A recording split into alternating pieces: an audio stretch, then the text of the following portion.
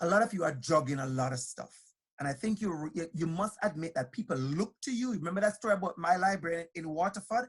People look to you for a lot of stuff. You know, I've heard people talking about they want to curate stuff.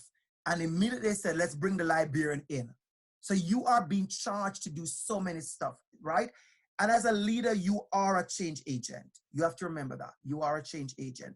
So 5 things quickly. Number 1, who are you as a leader?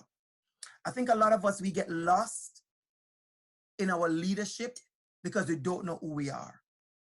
I had a workshop yesterday. I said, I told you before. And I asked a question of the young leaders. I said, write me a list. I paused the workshop. I said, I want everybody to sit down, turn your camera off, and write me a list of the things you're good at. They did it. And I said, write me a list of things you're not good at. They did it. As a leader, you have to know who you are. Know your strength, know what you're good at. I know it's kind of surprising saying that to adults, but a lot of adults do not know what they're good at. Know what you're good at. So how you're going to do this work, how you're going to lead. But more than that, understand your connection to racism and anti-Black racism or equity work. Understand your connection to equity, diversity, and inclusion. Who are you? Do you know enough? What do you need to know more? I remember years ago when I was teaching the course Anti-Discrim, I asked myself, what is it you need more of, Andrew? And you know, the answer came to me very clear. I need to understand more about Indigenous. You know what I did? No salary to gain, no increment, no increase. I registered for the FNMI course at York. And I did the FNMI course at York. So I have an AQ in FNMI at the intermediate level.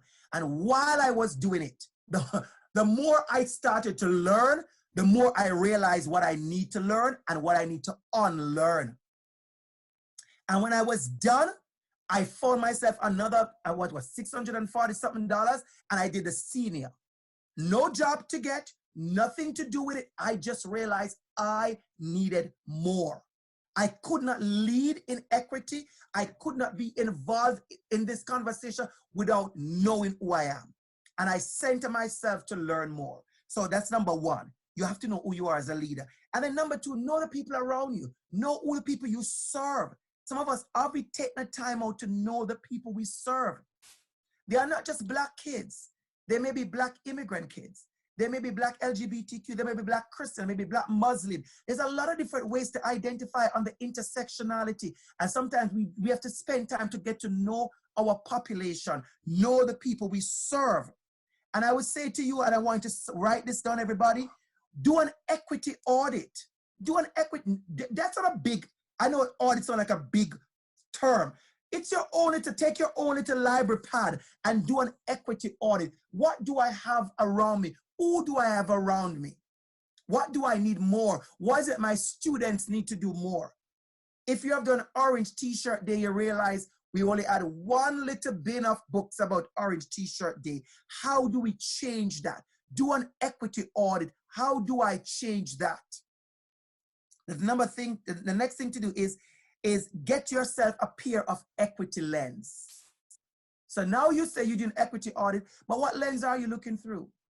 When you see me, how do you see me? Get yourself a pair of equity lenses. Because you know what? As a leader, when you start to look at things through an equity lens, you're going to see some stuff. You're going to see some stuff that make you go, okay. You're going to see some stuff that maybe even make you disappointed because you're realizing the lack. Because equity lens, we love to talk about equity lens, but equity lens are serious lens. They are not your Ray-Ban, dark glasses. They are not your Dolce & Gabbana. They are not, yes, they're Prada. They are not those glasses. They are glasses that when you put them on, you see stuff that you never see before. You see dirt that you never see before. You see marginalization. You see racism. You see stuff that you'd never see before.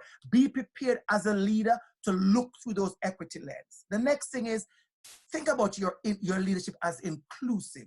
You want to be that person to get the voice in. You want to be the one to go to the staff meeting and to raise your hand and to say, can we make a change for how we're doing this? Can we consider this? Can we think about this? Can we invest in this? Because there's always going to be dissenting voice that says we don't need that, we don't need that, right? So you have to be that. And the last thing I'm going to leave with you is have the moral courage needed to do the change. Change is not easy. Equity is not easy. Diversity and equity and social justice is not easy. Anti-Black racism, racism is not easy. These are heavy lifting. And I'm sure as a librarian, I guarantee you, you can all remember a time when you wanted to move books or a shelf and you realize, well, I can't lift this myself. I have to call for somebody else. Because our librarians are always trying to do all kind of moving stuff. It's heavy lifting. It's heavy lifting. You need backup for this one. And I want you to understand it's heavy lifting. You need the moral courage to step out, to speak up, to call out and to call in. So that's what I'm going to leave it to you. When it comes to leadership, you have to remember you need the moral courage to do this work. A lot of people are trying to do this work and they are failing because they don't have the moral courage. They are scared of their principal. They are scared of the parents. They are scared of the teacher. They are scared. If you don't have the moral courage to do this work, you can't do it.